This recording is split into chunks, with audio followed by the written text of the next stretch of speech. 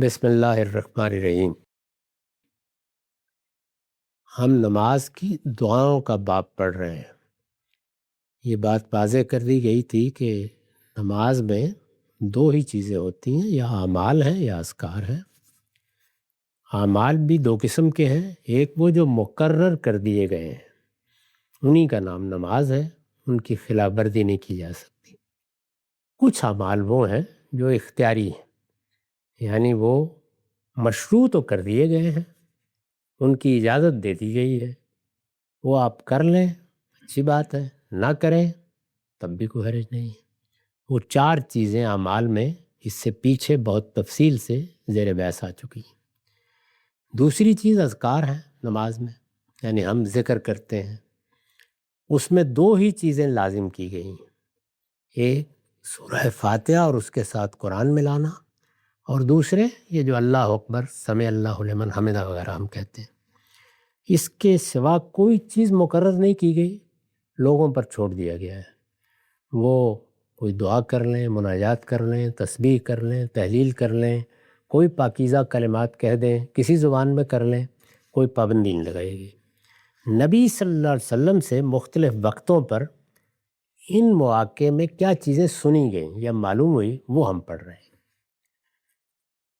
وان جبیر ابن مطعم انہ رأى رسول اللہ صلی اللہ علیہ وسلم یصلی صلاۃ قال اللہ اکبر و کبیرہ اللہ اکبر و کبیرہ اللہ اکبر و کبیرہ والحمد للہ کثیرہ والحمد للہ کثیرہ والحمد للہ کثیرہ وسبحان اللہ بکرۃ واصیلا۔ جبیر بن مطعم بیان کرتے ہیں کہ میں نے دیکھا رسالت مآب صلی اللہ علیہ وسلم نماز پڑھ رہے ہیں، یعنی انہوں نے کسی موقع پر رسول اللہ کو نماز پڑھتے ہوئے دیکھا۔ نماز ظاہر ہے کہ پڑھائی جاتی ہے، رسالت مآب بھی جماعت کراتے تھے، اس میں دیکھا، یا انفرادی طور پر نماز پڑھتے ہوئے نفل نمازیں انفرادی طور پر بھی پڑھی جاتی ہیں، اس میں دیکھا تو آپ کہہ رہے تھے اللہ اکبر و کبیرہ، اللہ سب سے بڑا ہے، سب سے بڑا، اللہ سب سے بڑا ہے، اللہ سب سے بڑا، اللہ کے لیے حمد ہے، بہت حمد، اللہ کے لیے حمد ہے، اللہ کا شکر ہے، بہت شکر، اللہ کا شکر ہے، اللہ کے لیے حمد ہے، بہت حمد، اللہ پاک ہے صبح و شام، ثلاثہ، تین تین مرتبہ یہ پڑھ رہے تھے۔ یہ عام طور پر وہی تکبیرات ہے جو ہم عیدین کے موقعوں پر بلند کرتے ہیں، یہ عام نمازوں میں بھی رسالت مآب پڑھ لیتے تھے، یعنی قرات شروع کرنے سے پہلے کسی اور موقع پر تو دیکھا کہ پڑھ رہے ہیں۔ ہم پیچھے دیکھ چکے ہیں کہ جس جگہ ہمارے ہاں ایک ثنا کے طور پر دعا لوگوں نے یاد کی ہوتی ہے، رسالت مآب اس میں کیا دعائیں کرتے تھے، وہ مختلف دعائیں پیچھے بیان ہو چکی ہیں، تو یہ بھی کسی موقع پر انہوں نے سنا کہ رسول اللہ پڑھ رہے ہیں۔ یہ خود اس بات کی دلیل ہے کہ اس میں مختلف وقتوں پر اللہ کے پیغمبر نے مختلف چیزوں کا انتخاب کیا ہے اور اپنے ذوق کے لحاظ سے پڑھی۔ ایک اور ابو داؤد ابن ماجہ کی روایت نقل کی ہے انہوں نے، اعوذ باللہ من الشیطان من نفخہ و نفثہ و حمزہ۔ ہم بھی پڑھتے ہیں، یعنی قرات شروع کرنے سے پہلے اعوذ باللہ من الشیطان الرجیم۔ رسالت مآب صلی اللہ علیہ وسلم اس موقع پر بعض اوقات شیطان کی پناہ ان لفظوں میں بھی مانگتے تھے، یعنی میں اللہ کی پناہ چاہتا ہوں شیطان سے، اس کے نفخ سے یعنی اس کی پھونک سے، و نفس ہی اس کے وسوسے سے، و حمزے ہی اس کے خطرات سے۔ تو یہ بھی گویا پناہ مانگنے کے الفاظ ہیں۔ مختلف الفاظ کے تعوذ روایتوں میں آئے ہیں، تعوذ وہی جو اعوذ کہہ کے ہم عام طور پر اللہ کی پناہ چاہتے ہیں، مختلف الفاظ میں آئے ہیں، تو یہ بھی ایک تعوذ ہے، رسالت مآب سے اس کو روایت کیا گیا ہے۔ وان سمرۃ بن جندب انہ حفظ عن رسول اللہ صلی اللہ علیہ وسلم سکتتین، سکتۃ اذا کبر و سکتۃ اذا فرغ من قراءۃ غیر المکتوب علیہم ولا الضالین فصدقہ ابی بن کعب۔ یہ ابو داؤد اور ترمذی، ابن ماجہ، دارمی وغیرہ کی روایت ہے، یہاں اس کا رقم 818 ہے۔ سمرہ بن جندب کہتے ہیں کہ انہوں نے یاد رکھا ہوا ہے کہ رسول اللہ صلی اللہ علیہ وسلم 2 وقفے سے کرتے تھے. سکتہ یعنی چھوٹا سا وقفہ، وقفے سے کرتے تھے. سکتتاً اذا کبرا، یعنی جس وقت آپ نماز شروع کرنے کی تکبیر کہتے ہیں، اللہ اکبر کہہ کے ہاتھ اٹھا کے ہم نماز شروع کرتے ہیں، اس کو تکبیر تحریمہ کہتے ہیں. تو اس کے بعد فوراً قرات نہیں شروع کرتے تھے، تھوڑی دیر کے لیے خاموش ہو جاتے تھے. یہی خاموشی ہے جس سے متعلق پیچھے بیان ہوا ہے کہ سوال کیا گیا کہ آپ خاموش ہو جاتے ہیں، تو آپ نے بتایا میں اس میں یہ دعا کرتا ہوں. پھر کچھ دعائیں نقل ہوئی ہیں، یعنی دعاؤں کا پتہ بھی اس طریقے سے چلا. تو میں نے عرض کیا تھا کہ اس سے آپ نے واضح کر دیا کہ کوئی دعا رائے نہیں کی گئی، کوئی مقرر نہیں کی گئی، آپ کا اپنا انتخاب تھا. صحابہ اپنے طریقے سے دعائیں کر رہے تھے، کسی نے پوچھا تو آپ نے بتا دیا. یہ بیان کر رہے ہیں کہ میں نے دیکھا کہ آپ تھوڑی دیر کے لیے خاموش رہتے ہیں. تو خاموشی بے معنی تو نہیں ہوتی، کسی وجہ سے ہوتی ہے. وَسَكْتَةً إِذَا فَرَغَ مِنْ قِرَاءَتِ غَيْرِ الْمَغْضُوبِ عَلَيْهِمْ وَلَا الضَّالِّينَ.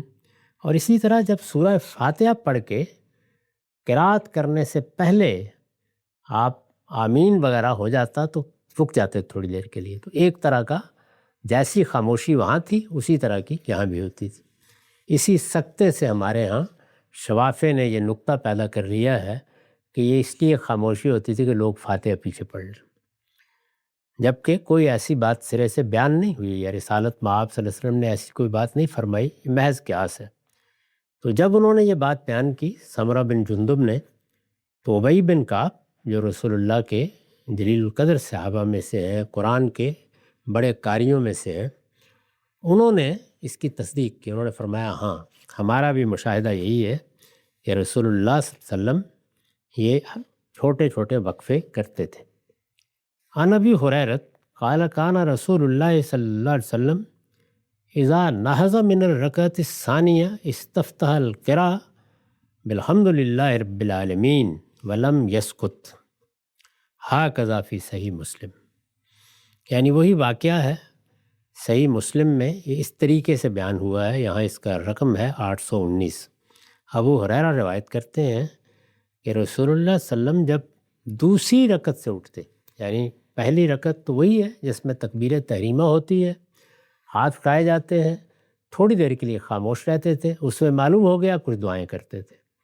لیکن دوسری رکعت سے اٹھ کر آپ کوئی وقفہ نہیں کرتے تھے، جیسے ہی اوپر اٹھتے تو الحمدللہ رب العالمین سے قرات کی ابتدا کر دیتے، ولم یسکت، اس میں کوئی وقفہ نہیں ہوتا تھا. عن جابر قال کان النبی صلی اللہ علیہ وسلم اذ استفتح الصلاۃ کبر ثم قال ان صلاتی و نسکی و محیایا و مماتی للہ رب العالمین لا شریک لک و بذالک امرت وانا اول المسلمین اللہم اہدنی لاحسن الاعمال و احسن الاخلاق لا یہدی لاحسنها الا انت وقنی سیئ الاعمال و سیئ الاخلاق لا یقی سیئ الا انت. نسائی کی روایت ہے، یہاں اس کا رقم 820 ہے. جابر رضی اللہ عنہ بیان کرتے ہیں کہ رسول اللہ جب نماز کی ابتدا کرتے تو تکبیر کہنے کے بعد یہ دعا بھی کرتے تھے. پیچھے بھی دعائیں نقل ہوئی ہیں، یہ دعا بھی ان صلاتی و نسکی و محیایا و مماتی للہ رب العالمین، میری نماز، میری قربانی، میرا جینا اور مرنا اللہ کے لیے ہے، جہانوں کا پروردگار، لا شریک لہو، اس کا کوئی شریک نہیں ہے، و بذالک امرت وانا اول المسلمین، مجھے اسی کی ہدایت کی گئی ہے اور میں سب سے پہلے اسلام لانے والوں میں سے ہوں. پروردگار اچھے اعمال کی طرف میری ہدایت فرما اور اچھے اخلاق کی طرف. اچھے اعمال ہو یا اچھے اخلاق، ان کی طرف تیرے سوا کوئی ہدایت دینے والا نہیں ہے، اور مجھے برے اعمال سے بچا اور برے اخلاق سے، اور پروردگار تیرے سوا برے اخلاق سے بچانے والا کوئی نہیں. یہ بھی ایک رسالت مآب صلی اللہ علیہ وسلم کی نہایت پاکیزہ بہت خوبصورت دعا ہے. اس طرح کی دعائیں روایتوں میں نقل ہوئی ہیں، اور بھی ہیں بعض. تو یہ دعائیں لوگ یاد کر سکتے ہیں، پڑھ سکتے ہیں، ان کا ترجمہ یاد کر کے اپنی زبان میں یہی چیز ادا کر سکتے ہیں، اور اپنے طور پر بھی دعا کر سکتے ہیں.